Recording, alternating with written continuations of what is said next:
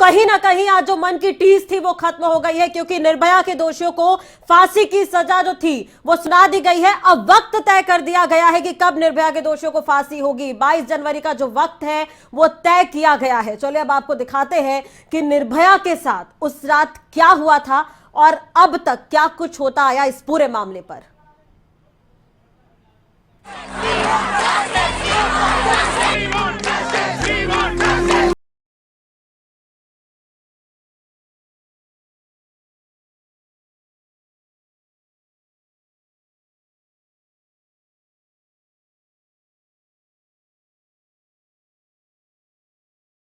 किसी के जहन में आती है तो रूह तक सिहर उठती है। निर्भया की चीखें आज भी उसके माँ बाप के कानों में गूंजती हैं। आज से ठीक 7 साल पहले घटा ये दर्दनाक हादसा राजधानी दिल्ली के चेहरे पर एक बदनुमा दाग बन गया। उस रात एक चलती बस में 5 बालिग और एक नाबालिग दरिंदे ने 23 साल की निर्भया के साथ हैवानियत का जो खेल खेला, उसे जानकर हर देशवासी का कलेजा कांप उठा। निर्भया पैरामेडिकल की छात्रा थी जो 16 दिसंबर की रात फिल्म देखकर अपने एक दोस्त के साथ बस में सवार होकर मनरेगा से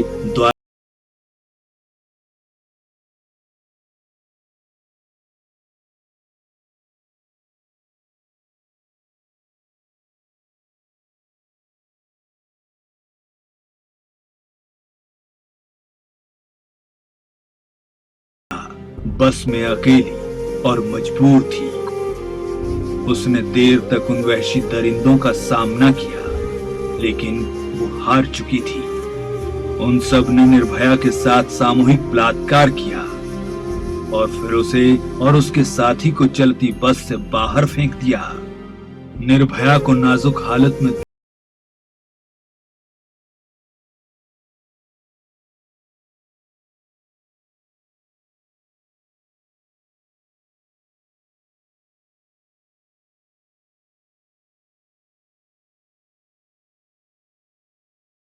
अब जाग रहा था। आरोपियों की गिरफ्तारी को लेकर आवाज उठने लगी। घटना के विरोध में अगले ही दिन कई लोगों ने सोशल नेटवर्किंग साइट्स, फेसबुक और ट्विटर के जरिए अपना गुस्सा जाहिर करना शुरू किया। लोग गुस्से में थे, बेहद गुस्से में थे।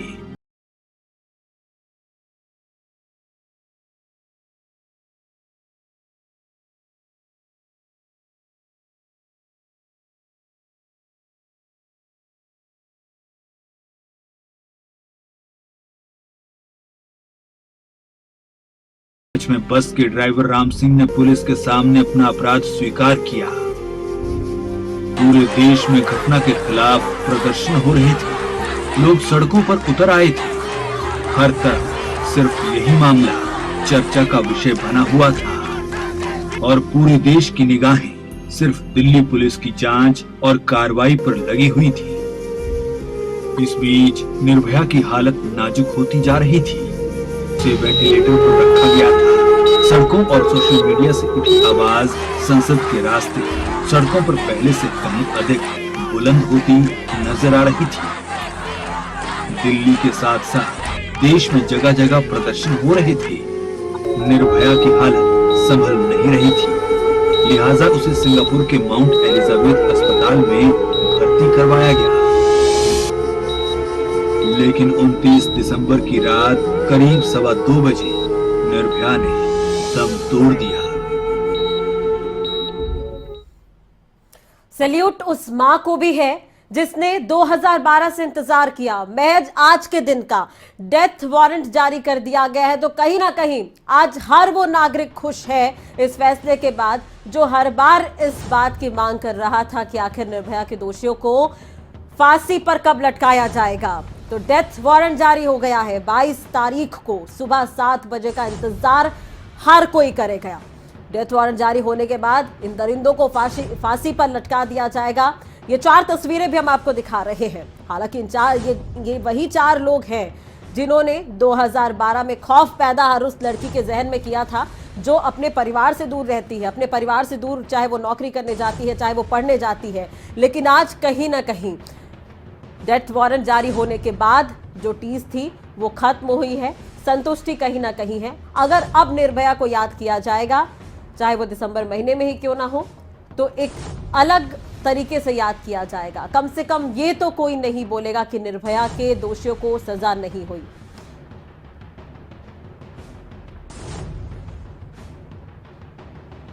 22 जनवरी को दोषियों को फांसी की सजा होगी। मेरे साथ मेरी सहयोगी आरती इस वक्त लाइव मौजूद है। आरती, बड़ा फैसला सुनाया गया है। 22 तारीख का अब इंतजार करना होगा, सुबह 7 बजे का इंतजार करना होगा। एक महिला होने के नाते, देश का नागरिक होने के नाते एक टीस तो कहीं ना कहीं खत्म हुई है। फैसला सुना दिया गया है। आप क्या मानते हैं, ये फैसला सुना देने के बाद अब किस तरह से बदलाव देखने को मिलेंगे?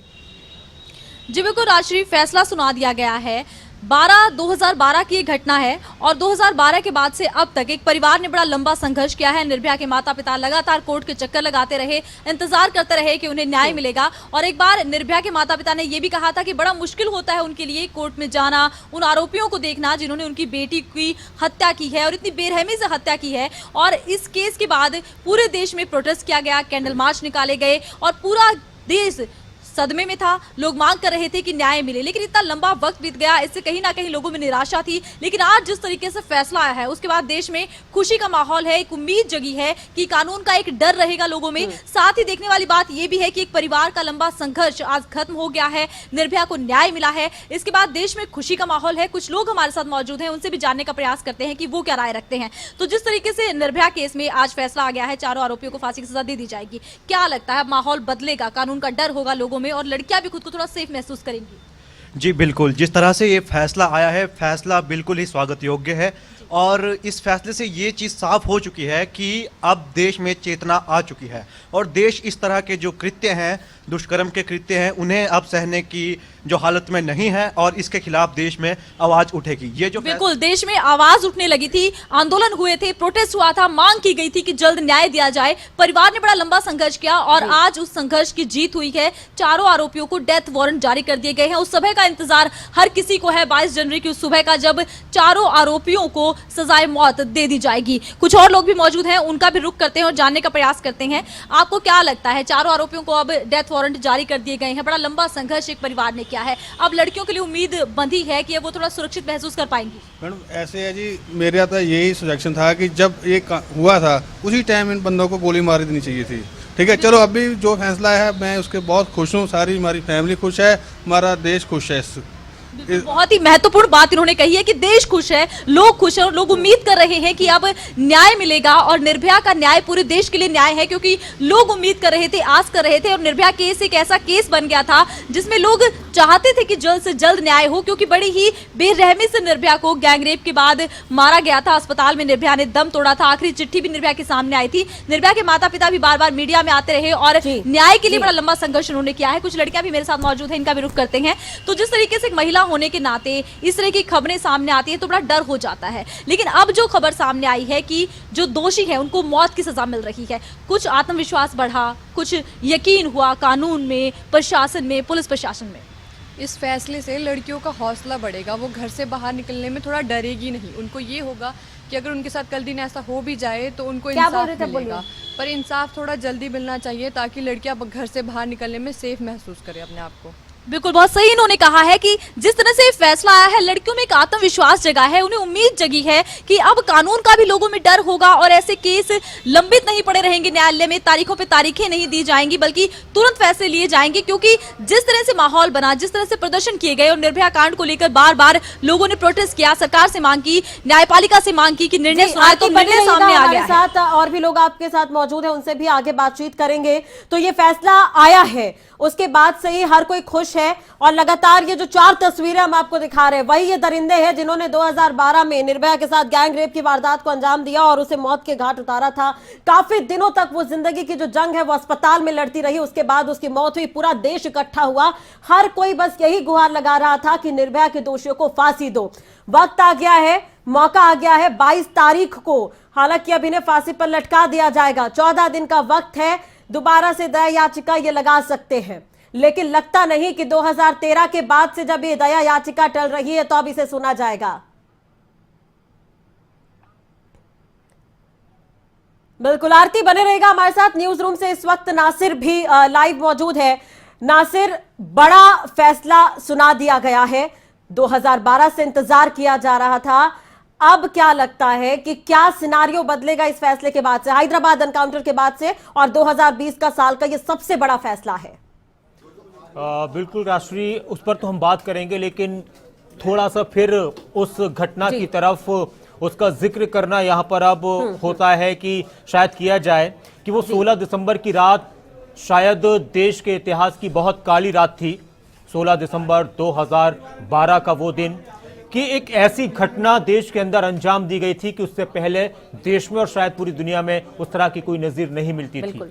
रेप केसेस होते थे और अब भी होते हैं, लेकिन जिस तरह की हैवानियत निर्भया के साथ की गई थी शायद कोई उसके बारे में सोच नहीं सकता था। ये जो चारों अपराधी 6 लोग थे वो करीब, और मेडिकल छात्रा थे अपने दोस्त के साथ। हम सभी जानते हैं कि बस में वो उसने न चाहते हुए भी उस बस में उसको बैठना पड़ा, रात का वक्त था, और किस तरह से उन 6 लोगों ने बारी बारी के साथ और फिर एक साथ उसको मौत के घाट उतार दिया और उसके साथ रेप किया। सबसे अहम बात यह है कि इस मामले में एक नाबालिग लड़का भी था जिसने सबसे ज्यादा कमीनेपन की हरकत को अंजाम दिया था। मैं यहां पर थोड़ा सा इस तरह के शब्द इस्तेमाल कर रहा हूं क्योंकि एक ऐसी घटना थी कि कई बार लोग सोच नहीं पाते थे कि उनको क्या कुछ, लेकिन संयम रखना पड़ता है हमको बहुत सारी चीजें, कि जो सबसे ज्यादा हरकत करने वाला था वो नाबालिग था। हालांकि उसको फिर एक सुधार गृह में भेजा गया और आजकल वो एक एनजीओ के साथ रह रहा है। एक और आरोपी था इन चारों के अलावा, राम सिंह नाम का, उसने तिहाड़ जेल में ही ट्रायल के दौरान आत्महत्या कर ली थी। अब इन चारों को, मुकेश को, विनय को, पवन को और अक्षय को, इनको फांसी के फंदे पर लटकाया जाएगा।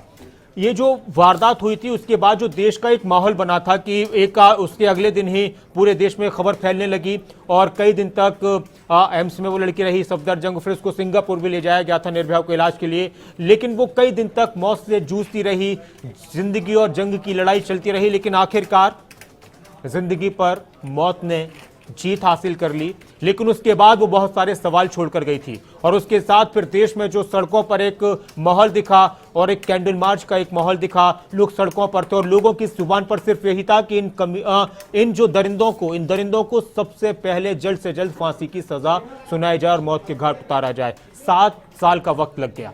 एक माँ, एक परिवार, एक पिता लगातार वो लड़ाई लड़ते रहे। हालांकि उन्होंने इस बात से संतुष्टि जताई है कि आज कानून पर जो देश की महिलाएं हैं खासतौर से उनका विश्वास फिर से जगा है। यानी उनकी बात से अंदाजा लगाया जा रहा था कि लोगों का विश्वास कम हो रहा था इस तरह के मामलों को लेकर कानून के ऊपर से, और हमने बीच में बहुत सारी ऐसी चीजों को देखा था। इन लोगों ने, अगर हम बात करें तो इन्होंने फिर दया याचिका लगाई गई और अभी फिलहाल उनको क्यूरेटिव पिटीशन की भी बात इनके वकील कर रहे हैं, दया याचिका की भी वो बात कर रहे हैं। लेकिन सबसे अहम बात यहाँ पर यह भी है कि इससे पहले 13 सितंबर 2013 को ट्रायल कोर्ट ने सभी दोषियों को मौत की सजा सुना दी थी। 2013 में इन सभी को मौत की सजा सुना दी थी। तो आप अंदाजा लगाइए 2013 से अब तक ये मामला लगातार चलता रहा, जबकि लोगों को उम्मीद थी कि 2013 और 14 में इनको फांसी के फंदे पर लटकाया दिया जाना चाहिए था। इसके बाद फिर 5 मई 2017 को सुप्रीम कोर्ट ने भी इन सभी दोषियों की सभी अपीलों को खारिज कर दिया था। उसके बाद फिर तीनों दोषियों ने, पवन, विनय और मुकेश ने सुप्रीम कोर्ट में पुनर्विचार याचिका लगाई थी, जिसे 9 जुलाई 2018 को सुप्रीम कोर्ट ने खारिज कर दिया था। बिल्कुल 2019 की भी बात हम नासिर करेंगे, बने रहेगा हमारे साथ। आरती भी इस वक्त लाइव मौजूद है, आरती के साथ और भी लोग मौजूद हैं। आरती, एक बार फिर से मैं आपके पास आना चाहूंगी। नासिर बता रहे थे 2012 से लेकर अब तक क्या हुआ, 2018 तक का हमने हाल जाना, 2013 को ही फांसी की सजा सुना दी गई थी, लेकिन अब जाकर वक्त तय किया गया है कि 22 तारीख को फांसी दी जाएगी। लोग आपके साथ मौजूद हैं, क्या सोचते हैं? जब यह घटना घटी थी उस वक्त लोगों के जहन में क्या था और अब क्या है? बिल्कुल, जिस वक्त ये घटना घटित हुई थी पूरे देश में रोष था, पूरे देश में ऐसा माहौल बना था कि लोग चाहते थे कि तुरंत निर्णय लिया गया, लेकिन उसके बाद दया याचिकाएं लगाई गई, बार बार इस पर तारीखें दी गई, परिवार ने बड़ा लंबा संघर्ष किया और आज के दिन का बड़ा बेसब्री से लोग इंतजार भी कर रहे थे कि डेथ वारंट आज जारी हो सकते हैं और जारी हो भी गए। अब इंतजार 22 तारीख का है, जिस सुबह को इन चारों आरोपियों को सजाए मौत दे दी जाएगी और चारों को मौत के घाट उतारा जाएगा। उस दिन का लोग बेसब्री से इंतजार कर रहे हैं। मेरे साथ कुछ लोग मौजूद हैं, रुक करेंगे इनका। तो जिस तरीके से ये घटनाक्रम जब सामने आया था, निर्भया केस सामने आया था और बड़ी बेरहमी से एक लड़की को मार दिया गया था, उस वक्त क्या मनोस्थिति थी, क्या विचार थे, कितना गुस्सा उमड़ा था?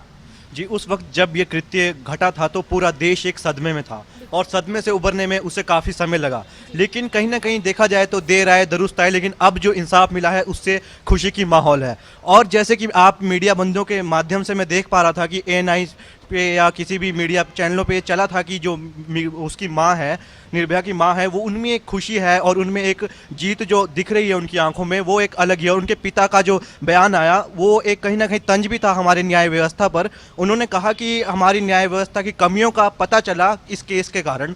मुझे इनका बहुत बड़ी बात इन्होंने कही है कि न्याय व्यवस्था की कमियों का इस केस के जरिए पता चला है। इतना लंबा इंतजार किया गया, लेकिन लोग अब खुश जरूर हैं। एक रोष था, एक गुस्सा था कि आखिर न्याय को नहीं मिला, और अब न्याय मिल रहा है। 22 तारीख का इंतजार है जब चारों अपराधी मौत की नींद सो जाएंगे। कुछ और लड़कियां मेरे साथ मौजूद हैं, इनका रुख करते हैं। तो जिस वक्त ये निर्भया केस सामने आया था, एक लड़की को इतनी दर्दनाक मौत दी गई थी, अस्पताल में उन्होंने दम तोड़ दिया था, उस वक्त कितना गुस्सा था, कितना रोष था, डर था, क्या महसूस किया उस वक्त आपने? गुस्से के साथ साथ ज़्यादातर लड़कियों में डर बैठ गया था। घर से बाहर निकलना उनके लिए बहुत मुश्किल था। फैमिली वाले, घर वाले सब बहुत डर जाते थे लड़कियों को घर से बाहर भेजने में। सबकी मतलब कि थिंकिंग प्रोसेस ही चेंज हो गया था कि लड़कियों को घर से बाहर नहीं निकालना। पढ़ाई भी एकदम से किसी की तो रुक भी जाती है, ऐसी चीज़ों के कारण ही लड़कियाँ घर से बाहर नहीं निकल पाती है। पढ़ाई रुक जाएगी, सब कुछ रुक जाता है लड़कियों के लिए। काफ़ी फांसी में तब्दील हो जाएगी। मैं केवल ये कहूँगा भारतीय राष्ट्रीय कांग्रेस की ओर से कि निर्भया आज जहां कहीं भी है, वो ये जरूर सोचती होंगी कि वो हजारों अबलाएं जिनकी अस्मत पर आए दिन हमला होता है, कम से कम उन सब हमला करने वाले हमलावरों और कुंठित मानसिकता के उन व्यक्तियों जो बेटियों पर हमला करते हैं, उनकी अस्मत पर हमला करते हैं, उनके लिए एक उदाहरण आज बन गया है। और ये समझ लीजिए कि कानून में देर तो हो सकती है पर अंधेर नहीं। आज जो निर्णय आया है वो हर बेटी और इस देश के कानून में विश्वास रखने वाले हर व्यक्ति के लिए एक ऐसा संदेश है कि कानून तोड़ने वाले को सजा मिलेगी और कड़ी सजा मिलेगी। तो रणदीप सुरजेवाला को आप सुन रहे थे। उन्होंने कहा कि जो फैसला आया है कहीं ना कहीं वो एक मैसेज है, और जो भी महिलाएं हैं उनके लिए एक सुरक्षा को लेकर एक मैसेज यहां पर दिया गया है। भले देर से फैसला आया है, लेकिन फैसला तो आ गया है। एक बार फिर रुक करेंगे, आरती इस वक्त मौजूद है। आरती, चलिए आरती भी लगातार हमारे साथ बने हुए, उनसे भी बातचीत करने की कोशिश करेंगे। नासिर भी इस वक्त मेरे सहयोगी न्यूज रूम से लाइव बने हुए हैं। नासिर, हम शुरुआत से बात कर रहे थे, 2013 से 2018 तक की बात हो गई थी। चलिए 2019 की भी बात कर लेते हैं, क्या क्या कुछ हुआ इस केस में? देखिए 2019 की अगर बात की जाए और 2018 में जब पुनर्विचार याचिका इन लोगों ने लगाई थी, इन दोषियों ने, तो दीपक मिश्रा उस वक्त उस बेंच के अध्यक्ष थे और वो सुनवाई कर रहे थे। और पता है उन्होंने एक जुमला बोला था इस पूरी घटना के लिए, और उन्होंने इस घटना को सदमे की सुनामी बताया था। आप अंदाजा लगाइए, यानी वो ये वारदात थी, वो ये घटना थी जिससे पूरा देश सदमे में था। राष्ट्रीय कोई ऐसा परिवार नहीं होगा देश का, क्योंकि हमने उस वक्त इन चीज़ों को बहुत करीब से देखा था, कवर किया था, लोगों के बीच में थे। यानी हर परिवार इस दुख को इस तरह से महसूस कर रहा था जिस वक्त ये केस हुआ था, और सफदरजंग और एम्स के आसपास की जो सड़कें थी कि लोग एक एक पल की खबर जानना चाह रहे थे कि क्या हुआ उस बेटी का, क्या हुआ उस लड़की का, कैसी तबीयत है उसकी। और जैसे ही लोग लगता था कि अच्छा उसने बोलना शुरू कर दिया है, अब उसने बात की है, अपने माँ बाप से इशारे से बात की है, अपने डॉक्टर से बात की है। यानी लोग एक एक घटना, एक एक उसकी एक एक बात के एक एक पल का बारे में जानना चाह रहे थे कि उसकी तबीयत कैसी है। और फिर 2019 में फिर इन लोगों ने दया याचिका लगाई है। और देखिए, एक तरफ कानून की तरफ से उनको पूरे संविधान ने पूरे राइट्स दिए हैं कि हर एक को ये पूरा अधिकार है कि वो आखिर तक अपने आप को निर्दोष साबित करने की कोशिश करे, लेकिन गुनाह अपना कबूल कर चुके थे। वकील उनके लगातार कुछ ना कुछ डिले कर रहे थे इस मामले में कि जितना ज्यादा इस केस को खींचा जाए, और अभी भी उनकी तरफ से कोशिश की जा सकती है। फिर से वो कह रहे हैं कि हम क्यूरेटिव पिटीशन लगाएंगे, दया याचिका लगाएंगे, लेकिन देश का पूरे देश की अगर बात की जाए तो उनकी एक तरफ से सिर्फ एक ही मंशा थी कि कुछ नहीं, सिर्फ और सिर्फ इन लोगों को फांसी की सजा सुनाई जाए। अभी बात कर रही थी आरती, जो उनके साथ लोग थे, उन्होंने कहा कि इस केस से हमारी न्याय व्यवस्था की खामियों के बारे में भी पता चला। ये एक बहुत अहम बात है कि किस तरह का मामला था और किस तरह से इस मामले में तमाम चीजें आगे बढ़ी थी, कितनी देरी हुई, किस तरह से फास्ट ट्रैक कोर्ट बनाए गए अभी भी हमारे देश में। इस केस के बाद फास्ट ट्रैक कोर्ट बनाया गया और कहा गया कि अब इस तरह के केसेस अगर आएंगे, रेप की घटनाएं के अगर केसेस आएंगे तो फास्ट ट्रैक कोर्ट्स के जरिए उन पर सुनवाई होगी। लेकिन कुछ ऐसी चीजें देखने को नहीं मिली। तो बहुत सारी चीजें अभी भी बदलाव की मांग करती हैं, बहुत सारी जरूरतें हैं। अब देखना होगा, इंसाफ तो मिला है, देरी से मिला है। और देखिए, दो चीजें हैं, इंसाफ जब भी मिले तो वो भी अच्छा होता है, लेकिन यह भी कहा जाता है कि देरी से मिलने वाला इंसाफ कई बार इंसाफ जैसा नहीं लगता। लेकिन कहीं ना कहीं आज निर्भया की रूह बिल्कुल वाकई में, और ऐसे में हम भी बेसब्री से इंतजार करेंगे कि इंसाफ तो मिल गया, लेकिन जब फांसी की सजा हो जाएगी, फांसी पर इन्हें लटका दिया जाएगा, तो हम भी लिख पाएंगे कि निर्भया को न्याय मिल गया है। नासिर बने रहेगा हमारे साथ। चलिए अब ये भी बात कर लेते हैं, जब निर्भया अस्पताल में जिंदगी और मौत के बीच जंग लड़ रही थी, निर्भया की मां को आज भी सल्यूट है। इतने साल उन्होंने इंतजार किया और उसके बाद आज ये फैसला आया है। निर्भया की मां कहीं ना कहीं, अगर उनके आंखों में आंसू थे तो वो इस बात को लेकर भी खुशी का इशारा था कि दोषियों को सजा मिल गई है, दोषियों को फांसी पर लटका दिया जाएगा। निर्भया ने अपनी मां को एक चिट्ठी लिखी थी जिसमें निर्भया ने सारे वो दर्द बयां किए थे जो उसने झेला था। चलिए वो भी आपको दिखाते हैं।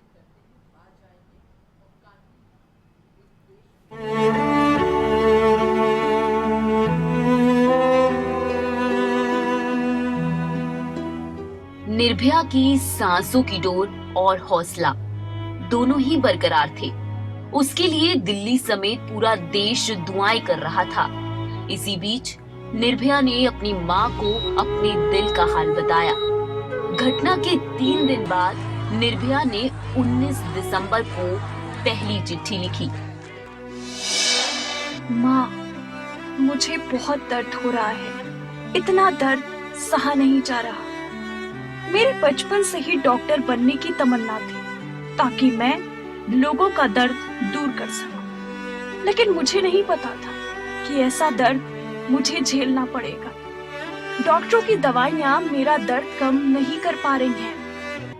5 दिन से अस्पताल में संघर्ष कर रही निर्भया को 21 दिसंबर को एक बार फिर ठीक होने से होश आया।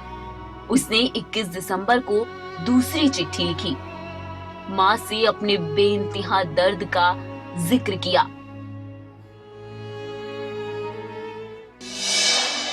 मां, मुझे सांस लेने में प्रॉब्लम हो रही है। डॉक्टरों से कह दो मुझे नींद की दवाई ना दे। मैं सोती हूँ तो कई लोग मेरे शरीर को नोचने लगते हैं। मैं बेबस होती हूँ। सोते हुए मैं क्या समझ पाती हूँ मुझे नहीं पता, लेकिन मुझे बहुत दर्द होता है। काम और करो माँ, यहाँ पास के सारे शीशे तोड़ दो, खिड़की के भी। मैं अपना चेहरा भी नहीं देखना चाहती। निर्भया की हालत बिगड़ती जा रही थी, लेकिन उसने हिम्मत नहीं हारी। 22 दिसंबर 2012 को उसने माँ के नाम तीसरी चिट्ठी लिखी। उसने नहाने की ख्वाहिश जताई। माँ, मुझे नहाना है। मुझे उन जानवरों के शरीर की बदबू आ रही है जिसकी वजह से मुझे अपने ही शरीर से नफरत हो गई है। मैंने कई बार कोशिश की बाथरूम जाने की, लेकिन मैं उठ नहीं पा रही हूँ। मम्मी प्लीज मुझे छोड़कर मत जाना, मुझे अकेले में डर लगता है। निर्भया ने 23 दिसंबर को चौथी चिट्ठी लिखी। उसने अपनी माँ से पिता के बारे में पूछा। माँ, पापा कहाँ हैं? वो मुझसे मिलने क्यों नहीं आ रहे? पापा कैसे हैं माँ? उनसे बोलना वो दुखी ना हो। निर्भया ने अपने साथ हुए जुल्मों के लिए दोषियों के खिलाफ सख्त सजा की मांग की। इन जानवरों को छोड़ना मत, किसी को भी माफ मत करना। मेरा दोस्त कैसा है माँ? अब उस बहादुर लड़की की हिम्मत भी जवाब देने लगी थी। शायद तभी उसने हमेशा के लिए आंखें बंद होने से पहले 26 दिसंबर को अपनी तकलीफ एक खत के जरिए बयां की। माँ, अब मैं बहुत थक गई हूँ, मुझे अब सोने दो माँ। मुझे बहुत दर्द हो रहा है, डॉक्टर से कहकर दवाई दे दो मुझे माँ, मुझे माफ कर देना। मैं थक गई हूँ, मैं अब और दर्द नहीं झेल सकती। आखिरी चिट्ठी लिखने के बाद निर्भया ने हमेशा के लिए अपनी आंखें बंद कर ली। साउथ दिल्ली में दरिंदगी झेलने वाली निर्भया को सिंगापुर भेजा गया, लेकिन उसे बचाया नहीं जा सका। अब निर्भया के नाम पर सड़क से लेकर संसद तक बहुत कुछ बदलने लगा था। स्पेशल डेस्क, खबरें अभी तक। तो निर्भया की ये चिट्ठी, दर्द भरी दास्तां, जिसका जवाब शायद मिल गया है। जो गुहार उस वक्त निर्भया ने एक चिट्ठी के माध्यम से लगाई है, जिस पर आज फैसले पर मोहर लगी है। 22 तारीख का इंतजार होगा। दरिंदगी इस चिट्ठी से साफ पता लगती है कि इन दरिंदों ने क्या कुछ निर्भया के साथ किया था। अब ऐसे में यह फैसला आया है।